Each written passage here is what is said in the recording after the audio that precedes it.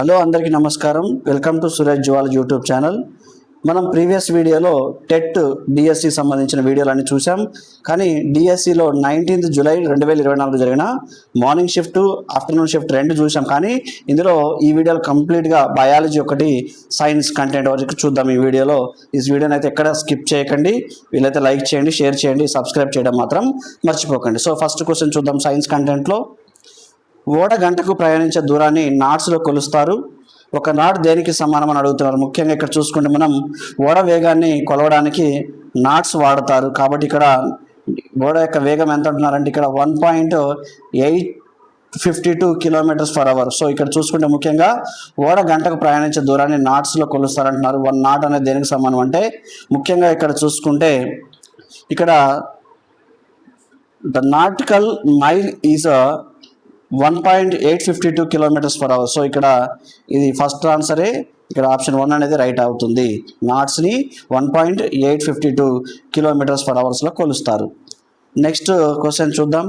క్రింది వాక్యాలను చదివి స్టేట్మెంట్ ఇచ్చారు. ఇక్కడ స్టేట్మెంట్ 1 అండ్ స్టేట్మెంట్ 2.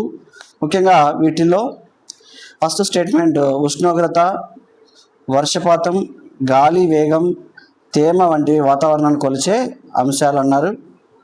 సో అదేవిధంగా స్టేట్మెంట్ 2 చూసుకుంటే 6 గరిష్ట కనిష్ట థర్మామీటర్లో ఉష్ణోగ్రతను కొలవడానికి పాదరసం అనేది ఉపయోగిస్తారు. సో ఇక్కడ ముఖ్యంగా చూసుకుంటే ఇక్కడ ఉష్ణోగ్రత అంటే temperature, rainfall, wind speed, humidity ఇవన్నీ మొత్తం మన the measuring of components of weather అంటే ఇక్కడ వాతావరణాన్ని కొలిచే సాధనాల్లో వాడతారు. అదేవిధంగా 6 గరిష్ట ఉష్ణోగ్రత, కనిష్ట థర్మామీటర్లో ఉష్ణోగ్రత కొలవడానికి పాదరసం. ఈ పాదరసం అనేది వాడడం జరుగుతుంది. ఇవి రెండు రైట్ ఆన్సర్స్ అవుతాయి. అప్పుడు స్టేట్మెంట్ 1 అండ్ స్టేట్మెంట్ 2 రెండు రైట్ ఆన్సర్స్గా చెప్పుకోవచ్చు. So option 3 statement 1 and statement 2 రెండు ట్రూ అని చెప్పుకోవచ్చు ఇక్కడ. సో ఆప్షన్ 3 అనేది రైట్ ఆన్సర్ అవుతుంది.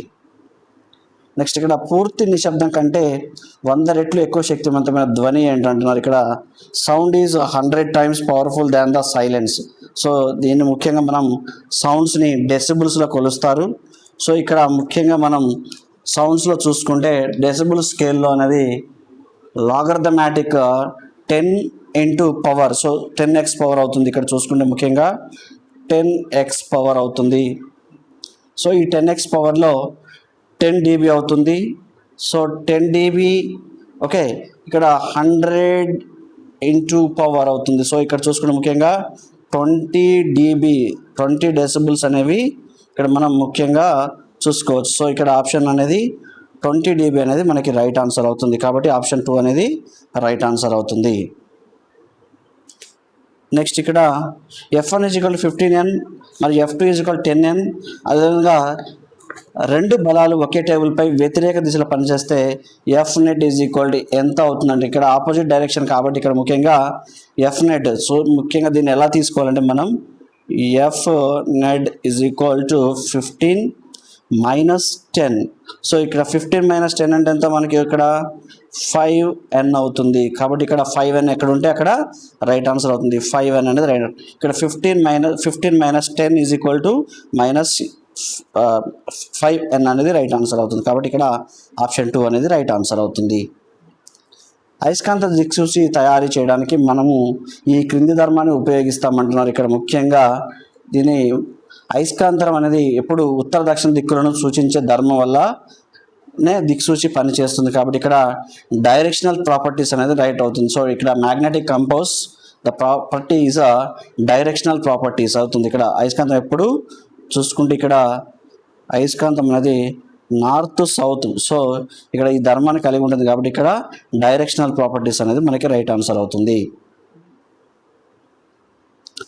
ఒక వలయంలో ఎల్ఈడిని అనుసంధానం చేసినప్పుడు పొడవైన వైరు ఎల్లప్పుడూ దేనికి కలపాలంటున్నారు. ఇక్కడ ముఖ్యంగా చూసుకుంటే ఇక్కడ ఎల్ఈడిలో పొడవైన positive terminal of battery only. So ఇక్కడ చూసుకుంటే ముఖ్యంగా పాజిటివ్ టెర్మినల్ ఆఫ్ బ్యాటరీ యొక్క ధన ధ్రువానికి మాత్రమే కలపాలి. ఎందుకంటే ఎల్ఈడిలో పొడవైన కాలు యానోడ్ అవుతుంది. సో ఇది పాజిటివ్కి కనెక్ట్ చేయాలి, లేకపోతే ఏమవుతుందంటే బల్బ్ అనేది వెలగదు. కాబట్టి ఎల్లప్పుడూ ఇక్కడ positive terminal of battery. So ఇక్కడ బ్యాటరీ ధన ధ్రువానికి మాత్రమే కలపాలి, లేకపోతే ఇక్కడ బల్బ్ అనేది వెలగదు. కాబట్టి ఆప్షన్ 1 అనేది రైట్ ఆన్సర్ అవుతుంది. ఒక వస్తువు యొక్క నీడ యొక్క రంగు. సో ఇక్కడ మనం నీడ అంటే మనకు ముఖ్యంగా కాంతి పడని ప్రాంతాన్ని మనం ఏమంటామంటే నీడ అంటాం. అందుకే అది ఎప్పుడు నలుపు రంగులో ఉంటుంది. కాబట్టి ఇక్కడ నోట్ చూసుకుంటే మనం ముఖ్యంగా కలర్లెస్ కానీ లేదంటే ఇక్కడ అంబిగ్యూటీ, సో ఇక్కడ కలర్లెస్ కానీ బ్లాక్, సో ఇవి రెండు మనకి రైట్ ఆన్సర్స్ అవుతాయి. కాబట్టి ఇక్కడ ఎవరైతే 1 and 2 and 3 ఆప్షన్స్ పెట్టిన వాళ్ళకి ఇవి రెండు బ్లాక్ కలర్ కానీ కలర్లెస్ కానీ ఇవి రెండు రైట్ ఆన్సర్స్ అవుతాయి. So option 1 and 2 and 3 right answers. Next statement, కింది వాటిలో వాక్యాలను చదివి సరైన సమాధానాన్ని ఎంచుకోమన్నారు. ఇక్కడ అన్ని తటస్థ ద్రవాలు లవణ ద్రావణాలు కావన్నారు. అదేవిధంగా స్టేట్మెంట్ 2లో చూసుకుంటే మొక్కలు మరియు జంతువులు ఉండే ఆమ్లాలను సహజ ఆమ్లాలు అంటారు ఇక్కడ. సో ఇక్కడ స్టేట్మెంట్ 1 చూద్దాం ఒకసారి. అన్ని న్యాచురల్ సొల్యూషన్స్ సాల్ట్స్ సొల్యూషన్స్ అయితే మొక్కలు జంతువుల్లో ఉండే ఆమ్లాలు సహజ ఆమ్లాలు. సో ఇక్కడ సిట్రిక్ ఆమ్లం కానీ టాటారిక్ ఆమ్లం కానీ ఇలాంటివన్నీ మనకి మొక్కలు జంతువుల ద్వారా లభిస్తుంది. కాబట్టి ఇది రైట్ ఆన్సర్ అవుతుంది. సో ఇక్కడ ఆప్షన్స్. సో ఇక్కడ both statements A and 2 are రెండు సత్యం అంటున్నారు.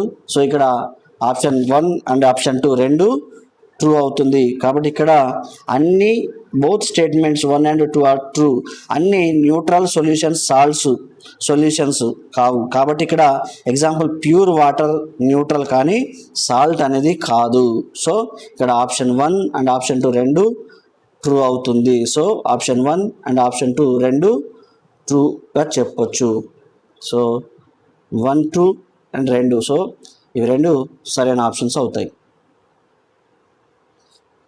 నీటిలో కరిగి ఉన్న ఘన పదార్థాన్ని నీటి నుండి వేరు చేయడానికి కింది పద్ధతుల్లో వేటిని ఉపయోగించవచ్చు అన్నారు. ఇక్కడ ముఖ్యంగా చూసుకుంటే ఇక్కడ వడపోత అన్నారు, నెక్స్ట్ తేర్చిన దాన్ని వంపడం అన్నారు, స్వేదనం అన్నారు, స్ఫటికీకరణ అన్నారు.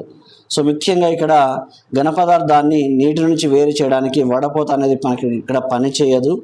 అదేవిధంగా తేర్చిన దాన్ని వంపడం అన్నారు. ఇవి రెండు రాంగ్ ఆన్సర్స్ అవుతాయి.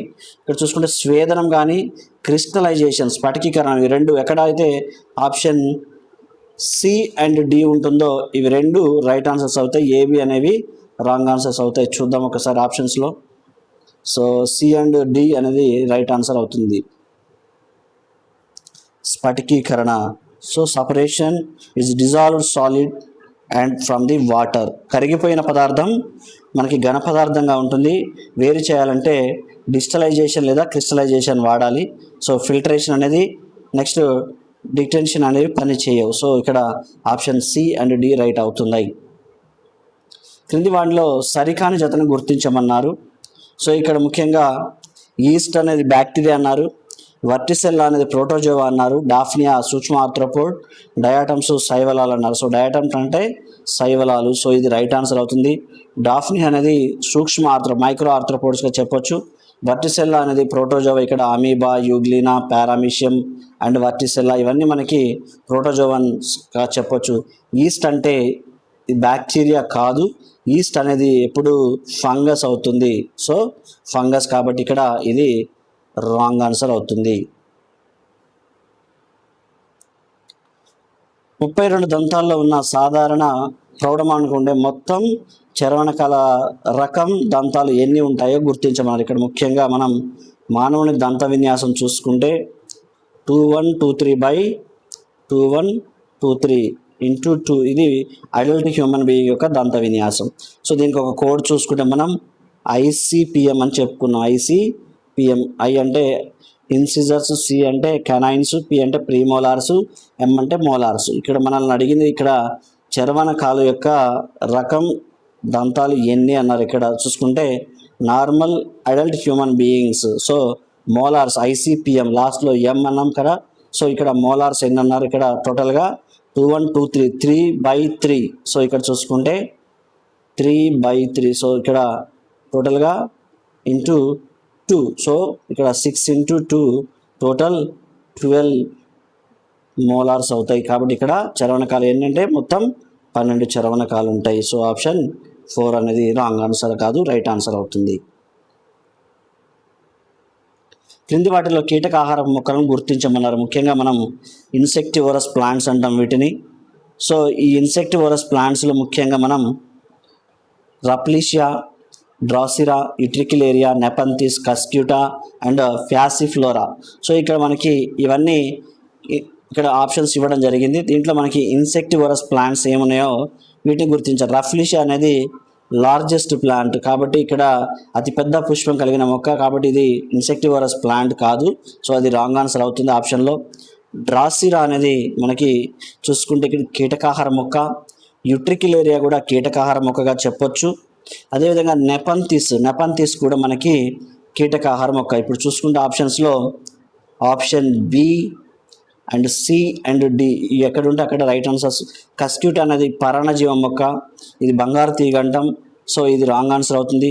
ఫ్యాసిఫ్లోరా, సో ఇది కూడా మనకి చూసుకుంటే రాంగ్ ఆన్సర్ అవుతుంది. సో ఇక్కడ డ్రాసిరా, యుట్రిక్యులేరియా, సో నెపంథిస్ ఇవి 3 కీటకాహార మొక్కలు అవుతాయి. రఫ్లిషా అనేది కాదు. సో అదేవిధంగా కస్క్యూటా అనేది పరాన్నజీవి. సో ఇవి 2 రాంగ్ ఆన్సర్. చూసుకుంటే నెక్స్ట్ మనకి ఆప్షన్ బిసిడి ఎక్కడ ఉంటే అది రైట్ ఆన్సర్ అవుతుంది. Option B C D. సో ఆప్షన్ 4 అనేది రైట్ ఆన్సర్ అవుతుంది. నెక్స్ట్ క్రింది వాటిలో వేరు రూపాంతరాన్ని గుర్తించమన్నారు. సో ఇక్కడ రూట్ మాడిఫికేషన్స్ అంటాం. ముఖ్యంగా మనకి వెల్లుల్లి, పసుపు, చిలగడదుంప, జింజర్. సో ఈ 4 ఆప్షన్స్లో మనకి ఒకటి ఎలిమినేట్ చేస్తే ముఖ్యంగా స్వీట్ పొటాటోస్, చిలగడదుంప అనేది వేరు రూపాంతరం. ఇక్కడ వేరు రూపాంతరంగా చెప్పాలంటే చిలగడదుంప అనేది ఇక్కడ నిల్వ చేసే దుంప వేరుగా చెప్పొచ్చు. అదేవిధంగా గార్లిక్ కానీ టర్మరిక్ కానీ ఇవి 2 స్టెమ్ మాడిఫికేషన్స్. అదేవిధంగా జింజర్ అనం ఇది రైజోమ్ లేదా కొమ్ము అంటాం దీన్ని. అదేవిధంగా ఇది స్టెమ్ మాడిఫికేషన్గా చెప్పొచ్చు. సో మిగతా 3 ఎలిమినేట్ చేసుకుంటే మనకి చిలగడదుంప అనేది రైట్ ఆన్సర్ అవుతుంది. ఏకలింగ పుష్పాలు ఉన్న మొక్కలను గుర్తించమన్నారు. ఇక్కడ ఐపోమియా, కుకుంబర్, దోస, మందార, హైబిస్కస్. సో ఇక్కడ ఐపోమియా అనేది ఇక్కడ ఏకలింగ పుష్పాలు కాదు, ద్విలింగ పుష్పాలు ఉంటాయి. దోసలో మనకి ఏకలింగ పుష్పాలు ఉండడం జరుగుతుంది. అదేవిధంగా మందారలో ఇక్కడ ద్విలింగ పుష్పాలు ఉంటాయి. సో ఇక్కడ ఉమ్మెత్త. సో ఇవి మొత్తం ఆప్షన్ ఎలిమినేట్ చేసుకుంటే మనకి ఏకలింగ పుష్పాలు అడిగారు కాబట్టి ఇక్కడ ముఖ్యంగా దోస మొక్కలో మేల్ అండ్ ఫిమేల్ ఫ్లవర్స్ పువ్వులు అనేవి వేరువేరుగా ఉంటాయి. ఐపోమియా కానీ హైబిస్కస్ కానీ దతురా కానీ ఇక్కడ బైసెక్షువల్. సో ఇక్కడ ద్విలైంగిక పుష్పాలు అనేవి ఉండడం జరుగుతుంది. సో ఆప్షన్ 2 అనేది కుకుంబర్ అనేది ఏకలింగ పుష్పాలకు ఉదాహరణగా చెప్పొచ్చు. ఆప్షన్ 2 అనేది రైట్ ఆన్సర్ అవుతుంది. తేనెటీగల పెంపకాన్ని ఇలా పేర్కొంటారు. The rearing of honey bees is called as apiculture. తేనెటీగల యొక్క పెంపకాన్ని ఏమంటామంటే ఎపికల్చర్ అంటాం. తేనెటీగల యొక్క శాస్త్రీయనామం హనీబీలో ముఖ్యంగా మనకి ఎపిస్ ఇండికా. మన భారతదేశ యొక్క తేనెటీగ ఎపిస్ ఇండికా. తేనెటీగల పెంపకాన్ని ఎపికల్చర్ అంటాం. సో దీని నుంచి మనకి తేనెలో ఫ్రక్టోజ్ షుగర్ ఉంటుంది. అదేవిధంగా దీని నుంచి మైనం నుంచి క్యాండిల్స్ తయారు చేస్తారు. అదేవిధంగా పాలిష్ల తయారీలో కూడా వాడడం జరుగుతుంది. సో తేనెటీగల పెంపకం ఎపికల్చర్. మరి ఇక్కడ వర్మీ కల్చర్ అంటే ఏంటంటే ఇక్కడ వానపాముల యొక్క వాటి నుంచి తయారయ్యే ఎరువును ఏమంటామంటే వర్మీ కల్చర్ అంటాం. అదేవిధంగా సిల్వీ కల్చర్ అన్నారు ఇక్కడ. అదేవిధంగా సెరికల్చర్ అంటే పట్టుపురుగుల పెంపకం, సెల్వీ కల్చర్. ఇవి 3 రాంగ్ ఆన్సర్స్ అవుతాయి. ముఖ్యంగా ఇక్కడ ఎపికల్చర్ అనేది రైట్ ఆన్సర్ అవుతుంది. ఆప్షన్ 1 అనేది రైట్ ఆన్సర్. నెక్స్ట్ సరైన జతలను గుర్తించమన్నారు. ఇక్కడ ముఖ్యంగా ఇక్కడ సరైన జతలు చూసుకుంటే జాన్ ఇంజన్ హౌస్. సో ఇక్కడ జాన్ ఇంజన్ హౌస్ అనేవారు సైంటిస్ట్. కిరణజన సమయక్రియలో సూర్యకాంతి పాత్ర కరెక్ట్. ఇది ఎప్పుడు కిరణజన సమయక్రియలో సూర్యకాంతి ప్రధాన పాత్ర. సో ఇది రైట్ ఆన్సర్ అవుతుంది. స్టీఫెన్ హెల్స్ ఇక్కడ ట్రాన్స్పిరేషన్ త్రూ ద లీవ్స్ అంటే పత్రాల ద్వారా బాష్పోచ్చీకం అవుతాయని చెప్పిన వారు స్టీఫెన్ హెల్స్. రైట్ ఆన్సర్ అవుతుంది. అదేవిధంగా professor J K Kurian, doctor Varghese Kurian అంటాం ఇతను ఫాదర్ ఆఫ్ వైట్ రెవల్యూషన్, శ్వేత విప్లవ పితామహుడుగా చెప్పొచ్చు. సో ఇక్కడ 4th ఆప్షన్ చూసుకుంటే డాక్టర్ ఎడ్వర్డ్ జెన్నర్ పోలియో చుక్కల మందును కనుగొన్నారన్నారు ఇక్కడ. సో ఎడ్వర్డ్ జెన్నర్ అనేవారు పోలియో చుక్కలు కాదు కనుగొంది, స్మాల్ పాక్స్ వ్యాక్సిన్ కనుగొనడం జరిగింది. సో ఇక్కడ పోలియో వ్యాక్సిన్ అని ఇచ్చారు. సో ఇది స్మాల్ పాక్స్ కనిపెట్టాడు, ఓరల్ పోలియో కాదు. ఇది తప్పు ఆన్సర్ అవుతుంది. సో పోలియో చుక్కల మందు అన్నారు కాబట్టి ఇది రాంగ్ ఆన్సర్ అవుతుంది. నెక్స్ట్ క్వశ్చన్, ఆమ్ల వర్షాల కారణమయ్యే కాలుష్య కారకాలను గుర్తించమన్నారు. ముఖ్యంగా ఇక్కడ ఆమ్ల వర్షాలు అనేవి యాసిడ్ రైన్స్ అంటాం. ఇక్కడ ముఖ్యంగా sulphur dioxide and nitrogen oxide. So ఇవి రెండు మనకి ఆమ్ల వర్షాలకి ప్రధానంగా, సల్ఫర్ డయాక్సైడ్, నైట్రోజన్ ఆక్సైడ్ ఇవి రెండు ఆమ్ల వర్షాలకి ప్రధానంగా ఆమ్ల వర్షాలు కురిపించడంలో సల్ఫర్ డయాక్సైడ్, నైట్రస్ ఆక్సైడ్ వాయువులు వర్షపు నీటితో కలిసి మనకి H2SO4గా మారుతాయి. అదేవిధంగా HNO3గా మారి ఆమ్ల వర్షాలు అనేవి కురవడం జరుగుతుంది. వీటి వల్ల మనకి మౌంటైన్స్ కానీ, భవనాలు కానీ, బిల్డింగ్స్ కానీ మంచి అదేవిధంగా తాజ్మహల్ లాంటి కట్టడాలు రంగును కోల్పోవడం జరుగుతుంది. దానివల్ల యాసిడ్ రైన్స్ వల్ల చర్మ వ్యాధులు రావడం, ఇవన్నీ యాసిడ్ రైన్స్కి ప్రధానంగా కారణాలు. Sulphur dioxide, nitrogen oxide. ఇక్కడ లాస్ట్ క్వశ్చన్ చూద్దాం. ట్రిపుల్ యాంటీజెన్ టీకా ఈ వ్యాధికి వ్యతిరేకంగా రోగనిరోధక శక్తిని అందించదు అన్నారు ఇక్కడ. సో ఇక్కడ ట్రిపుల్ యాంటీజెన్ అంటే DPT అంటాం దీన్ని, ముఖ్యంగా డిప్థీరియా, పెర్టుసిన్, టీ అంటే మనకి టిటానస్. సో ఇక్కడ 3 చూసుకుంటే ధనుర్వాతం, కోరిందకు, డిప్థీరియా. టైఫాయిడ్ అనేది మనకి ఇక్కడ ట్రిపుల్ యాంటీజెన్లో ఉండదు కాబట్టి, సో ఇక్కడ టైఫాయిడ్ అనేది బ్యాక్టీరియా వల్ల వస్తుంది, సాల్మోనెల్లా టైఫీ. సో ఇది రాంగ్ ఆన్సర్ అవుతుంది. సో ఇది టైఫాయిడ్ ఫీవర్గా చెప్పవచ్చు. సో ఇక్కడ DPT అంటే triple antigens, diphtheria, pertussis, tetanus. Typhoid అనేది దీనికి సంబంధించింది కాదు. సో దీంతో మనకి సైన్స్ కంటెంట్లో ఉన్న మొత్తం 18 క్వశ్చన్లు అయితే రివిజన్ జరిగింది. ఇలాంటి మరిన్ని వీడియోల కోసం మన సురేష్ జువాలజీ యూట్యూబ్ ఛానల్ని అయితే లైక్ చేయండి. లైక్ చేయడం వల్ల ఇలాంటి మరింత ఇన్ఫర్మేషన్ ఎవరైతే డిఎస్సికి ప్రిపేర్ అవుతున్నారో వారందరికీ చేరడం జరుగుతుంది. అదేవిధంగా మన ఛానల్ని అయితే సబ్స్క్రైబ్ చేయండి. సబ్స్క్రైబ్ చేయడం వల్ల మీరు ఎప్పుడైతే సబ్స్క్రైబ్ చేస్తారో నెక్స్ట్ ఎప్పుడైతే మనం వీడియో చేస్తామో వెంటనే ఈ వీడియో మీకు మళ్ళీ ఆటోమేటిక్గా నోటిఫికేషన్ రూపంలో రావడం జరుగుతుంది. కాబట్టి మన ఛానల్ని సబ్స్క్రైబ్ చేయడం మాత్రం మర్చిపోకండి. Thank you one and all.